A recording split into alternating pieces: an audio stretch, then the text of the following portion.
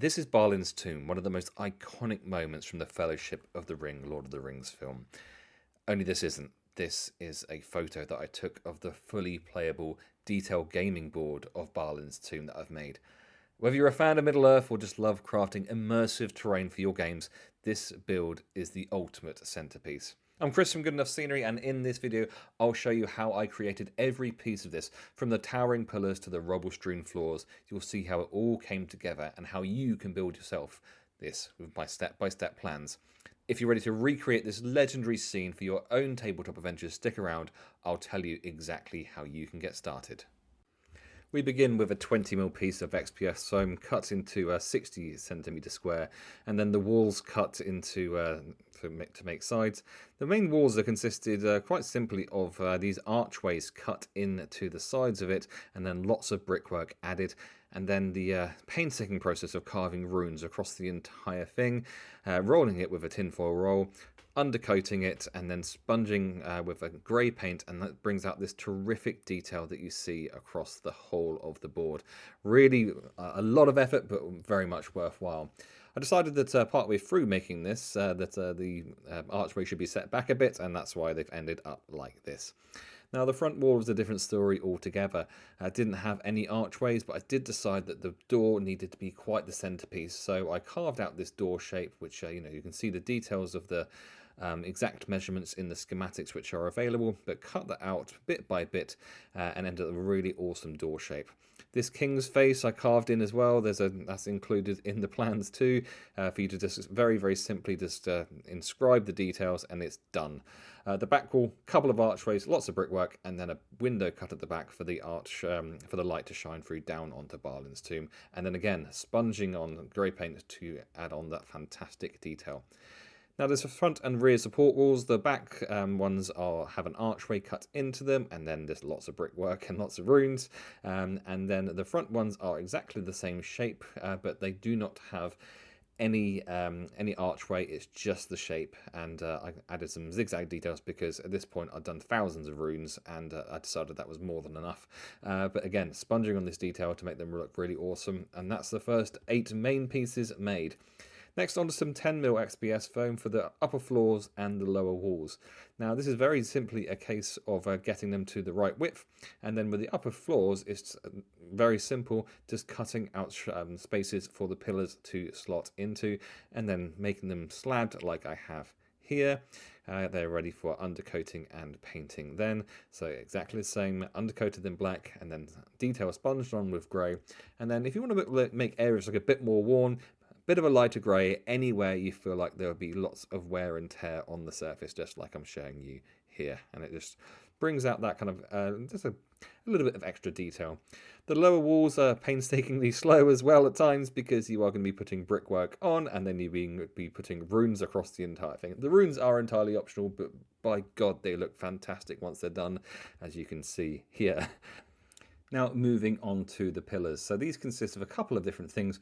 They have the core, which is the very center of the pillars, and we have the trim, which is going to be added on. So we're going to start by making the trim pieces, which is a stack of different shaped pointed rectangles.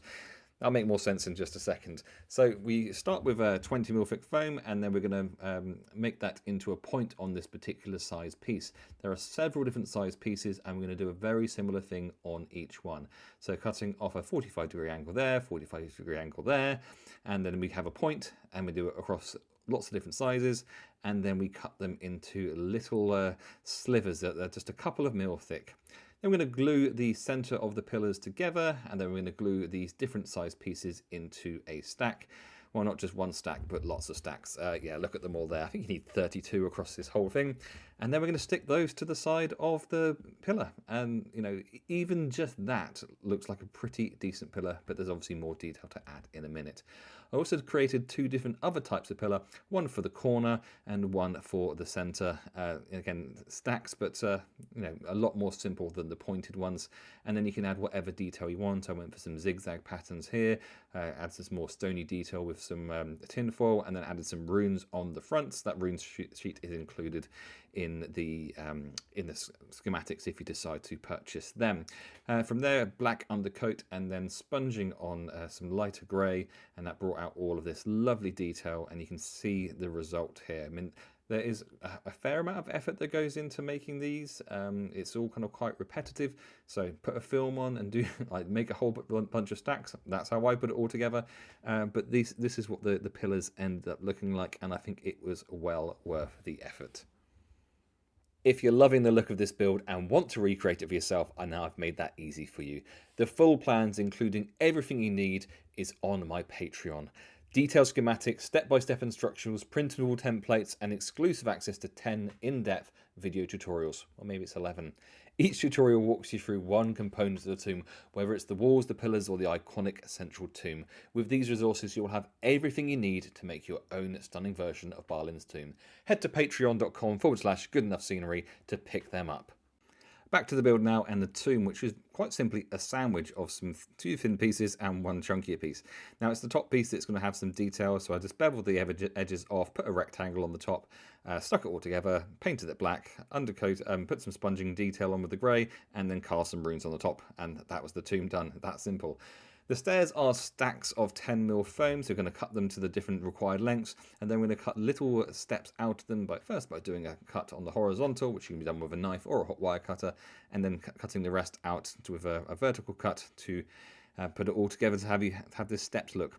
Then putting some detail in and stacking them all up, and there's one part done, and there's 2 sets, one on each side, and they've got a top and a bottom, so once you put all those stacks together, they end up looking like that. Undercoat in black, and then sponge on the grey detail, again using a lighter grey to do the centre of the stairs where there would have been more wear, just to get it looking as nice and detailed as possible.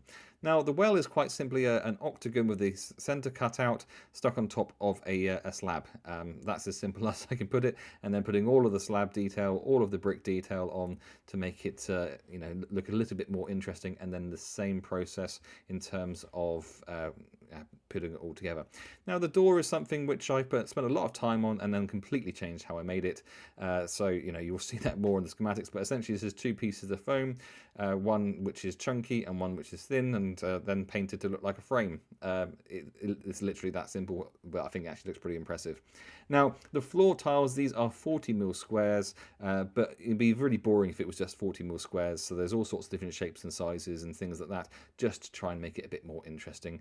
And for rubble, I just cut pieces into random shapes, undercoated them in black, rolled them with tin foil, probably the other way around actually, and then sponged on the grey, and so it looked uniform across all of it. And now we come to the construction phase. Now you've got everything put all together, ready to put all together. You need to put some support pieces on here. So these are going to be on the edges to support the floor next to the walls. And this is quite a satisfying thing to actually slot in the pillars to this piece, to this floor piece after all your hard work. And if you've cut it nice and neatly, it is actually pretty satisfying just to kind of slot it in there. And then doing a very, very similar thing with the walls, just again with accurate measurement. With all of this slides in really, really nicely, and you're going to do that on both sides of the walkways, and that's a side piece ready to go. Similar thing with the back piece. So we have these rear support walls which we made earlier on. We're going to glue the wall on at the back. We're going to the floor on the back, glue the wall in. We're going to glue these other walls in here, and yeah, those are ready to go. And then for the front wall, we're going to put on these front support walls, which kind of provide kind of sides to the stairs as well. And then it's time to slot it all together. So gluing the underneath of the front wall, I cut these 45-degree miters, completely unnecessary, complete waste of time. That's one of many little things that I corrected in the schematics. And then this all slotted in so satisfyingly. I think you can see when this one goes in here, yeah, it just kind of jumps up a bit because it is that tight and fits absolutely perfectly. Putting the stairs in, putting the well in a second, you'll see, putting the tomb in, just a case of gluing things down, exactly where they go included in the schematics. And the floor, this was a really fun thing to do, just like chucking some glue down and just randomly picking up a tile and seeing where you want to put it down. So starting with the front here like this, and then working out through the rest of it, just doing it in sections, putting a bit of glue down, putting some tiles down, putting a bit of glue down, rinse, repeat until the whole thing was full. And whilst that glue was drying, it was a perfect opportunity to put some flock down. So I put some coal type flock, I put some small stones, and I put this grey stone flock, which I've used on a few of my other builds as well, and then a little jiggle just to move it into place. And then it's just simply a case of sticking down the rubber wherever I wanted it, creating these tiny little pages and sticking them down, and that is it complete. And here it is, Balin's tomb in all its glory. This has been one of the most ambitious and rewarding projects I've ever worked on. I'll admit, when I first started this, I thought it would be a relatively quick build, but the more time I spent on it, the more I realised just how many opportunities there were to add detail, refine textures, and really bring this iconic scene to life. It's a reminder that sometimes letting yourself explore and experiment can lead to something far more impressive than you originally imagined. Now, if you're ready to bring this build to your tabletop, the full plans are available on my Patreon, as I've already mentioned. They include everything you need, detailed schematics, templates, and exclusive access to 11 in-depth video tutorials. Now, whether you're new to building terrain or a seasoned pro, these plans will help you create something truly epic. If you do decide to give this build a go, I'd love to see your version of it. Tag me on social media at GoodEnoughScenery or email me, chris@goodenoughscenery.com. Seeing how others make these projects their own is one of the most rewarding parts of this process and the YouTube channel itself. Thanks for watching, and I'll catch you for another video soon.